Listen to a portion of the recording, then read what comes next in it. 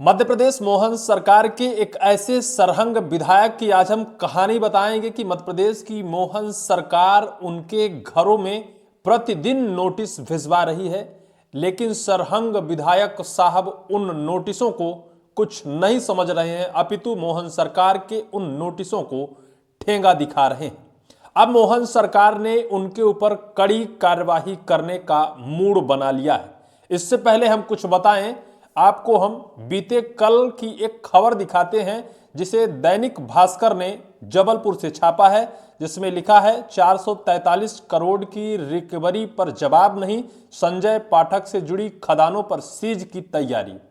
कई बार खनिज विभाग ने संजय पाठक को नोटिस थमा चुकी है। 443 करोड़ अवैध माइनिंग का आरोप बाकायदा विधानसभा में उठाया गया था। इस मुद्दे को, इस आरोप को, इस सवाल को लगाया गया था विधानसभा में। माननीय मुख्यमंत्री मोहन यादव जी ने इस अवैध माइनिंग की रकम को जमा कराने के लिए बाकायदा उनके ऊपर पेनाल्टी ठोकी गई थी। मोहन सरकार के खनिज विभाग ने बाकायदा इस पेनाल्टी को जमा करने के लिए कई बार संजय पाठक, मध्य प्रदेश के कटनी जिले के विजय राघवगढ़ के सबसे अमीरजादे विधायक को कई बार नोटिस थमा चुकी है कि इस रकम को जमा कर दिया जाए, लेकिन मोहन सरकार के नोटिस को विधायक साहब ठेंगा दिखा रहे हैं। शायद है कि वो जमा ना करने की फिराक में है, या फिर शायद है कि कुछ जुगाड़ करने के प्रयास में है। लेकिन अब जिस तरह से मध्य प्रदेश के खनिज विभाग ने मध्य प्रदेश के इन भारतीय जनता पार्टी के अरबपति विधायक के ऊपर शिकंजा कसने की जो तैयारी है उस पर जोर कस दिया है और कह दिया है कि कई बार नोटिस भेज चुका हूं, नोटिस का जवाब ना मिलने की वजह से पाठक से जुड़ी खदानों पर सीज की तैयारी है। इनकी खदानों में बाकायदा अब ताला लटकाया जाएगा। सिर्फ यही खबर नहीं है, मध्य प्रदेश के यशस्वी मुख्यमंत्री मोहन यादव कटनी जिले में 4 विधानसभा सीटें हैं। 4 में से 3 विधानसभा सीटों के विधायकों को बुलाया है मुख्यमंत्री कक्ष में, और कटनी जिले के प्रभारी मंत्री राव उदय प्रताप सिंह को भी बुलाया है बाकायदा अपने कक्ष में। लेकिन बुलाया किसे नहीं है? कटनी जिले के विजय राघवगढ़ के विधायक संजय पाठक को। कटनी जिले की 4 विधानसभा सीटें हैं, जिसमें से कटनी मुड़वारा है जहां के संदीप जायसवाल हैं, वहीं बहेरीबंदी है जहां के प्रभात राय हैं, और बड़वादा है जहां के धीरेन्द्र बहादुर शास्त्री, और विजय राघवगढ़ जहां के विधायक सत्येंद्र संजय पाठक हैं, जहां के प्रभारी मंत्री राव उदय प्रताप सिंह हैं। लेकिन मध्य प्रदेश के मुख्यमंत्री मोहन यादव ने 3 विधायकों को अपने कक्ष में बाकायदा बुलाया है, उनसे बैठक की है, उनसे मंत्रणा की है। वहीं प्रभारी मंत्री राव उदय प्रताप सिंह को भी बुलाया है, उनसे भी बैठक की है, उनसे भी बातचीत की है। क्या बातचीत की है ये भी हम बताएंगे, लेकिन इससे पहले हम राव उदय प्रताप सिंह की एक कहानी, एक स्टोरी को बताते हैं। मध्य प्रदेश मोहन सरकार के 2 साल के कार्यकाल समाप्त होने पर मध्य प्रदेश के सभी जिलों के प्रभारी मंत्री अपने अपने जिलों में जाकर सरकार की उपलब्धियां गिनाई, जबरदस्ती जनता को बताई।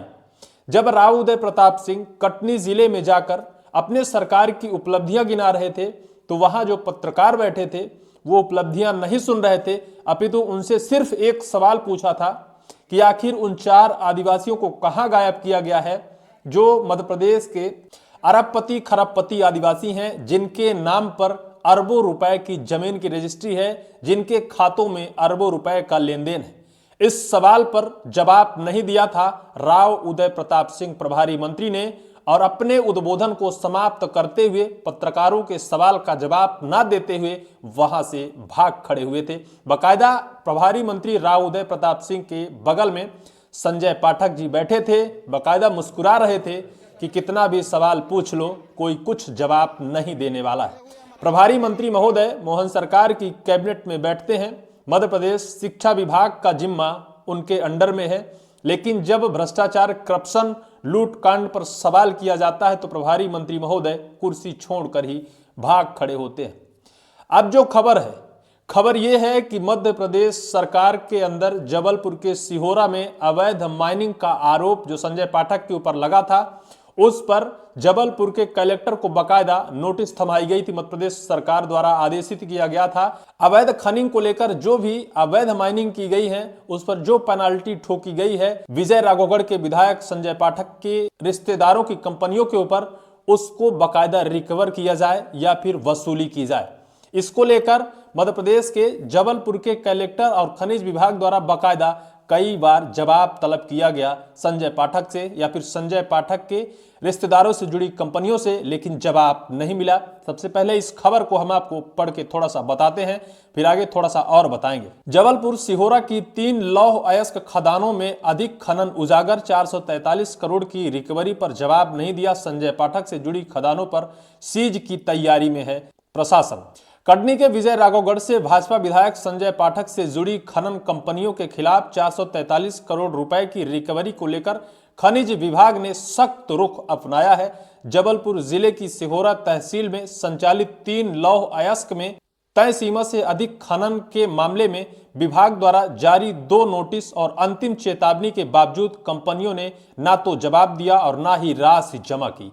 आप सोच सकते हैं कि मैं पहले ही कह चुका हूं कि तानाशाह विधायक, सरहंग विधायक, बकायदा खनिज विभाग ने 2 नोटिस थमाया है, ना तो नोटिस का जवाब आया है और ना तो राशि जमा की गई है। आगे लिखा है, खनिज विभाग ने 4 दिसंबर को अंतिम नोटिस जारी किया था जिसकी समय तिथि 23 दिसंबर की शाम को समाप्त हो गई। विभागीय सूत्रों के अनुसार अब रिकवरी अधिरोपित कर दी गई है और वसूली की अधिकृत कार्यवाही शुरू कर दी गई है। तय राशि जमा नहीं होने की स्थिति में नियमों के तहत खदान या उतनी की कीमत की संपत्ति सीज की जा सकती है।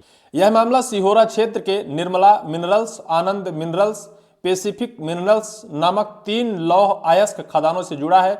भले ही विधायक संजय पाठक इनके प्रत्यक्ष मालिक ना हो, लेकिन विभागीय रिकॉर्ड में इन पर उनका आधिपत्य बताया गया है। जांच में अनुमति से अधिक खनन की पुष्टि हुई है जिसके आधार पर 443 करोड़ रुपए की पेनाल्टी तय की गई है। अब विभाग डिमांड नोटिस जारी करेगा। उधर नियमित बेनिफिकेशन प्लांट सहित अन्य खदानों को लेकर केंद्रीय पर्यावरण एवं जलवायु परिवर्तन मंत्रालय की जांच में भी कड़ी कार्यवाही की अनुशंसा की जा चुकी है। ये रहा पूरा मामला। संजय पाठक ने बकायदा उनके रिश्तेदारों से जुड़ी यह कंपनियां हैं, लेकिन खबर कहती है कि ज्यादा आधिपत्य संजय पाठक का ही इन कंपनियों से है और बकायदा 23 दिसंबर तक की समय सीमा तिथि समाप्त हो गई है। जो नोटिस थमाई गई थी, अंतिम नोटिस, इसकी समय सीमा 23 दिसंबर शाम तक थी, अब वो समय सीमा समाप्त हो गई है। अब बकायदा जो खनिज विभाग है इन पर पेनाल्टी ना जमा करने के एवज में इनकी जो संपत्ति है उसे सीज किया जाएगा। इनकी जो लौह अयस्क खदानें हैं उनमें ताला लगाया जाएगा। बकायदा ये पूरा मामला है।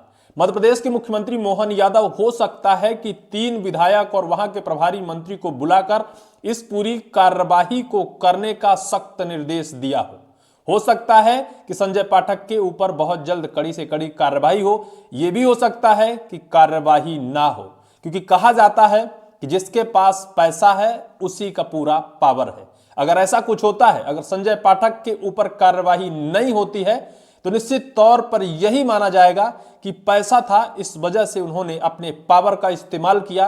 क्योंकि इनके ऊपर अभी से पहले आरोप लग चुके हैं कि ये हाई कोर्ट के जज को भी फोन लगाकर बकायदा एडजस्ट करने का प्रयास किया था। आने वाले वक्त पर क्या कार्यवाही हो सकेगी? क्या सीएम मोहन यादव इनके खिलाफ सख्त हो सकेंगे?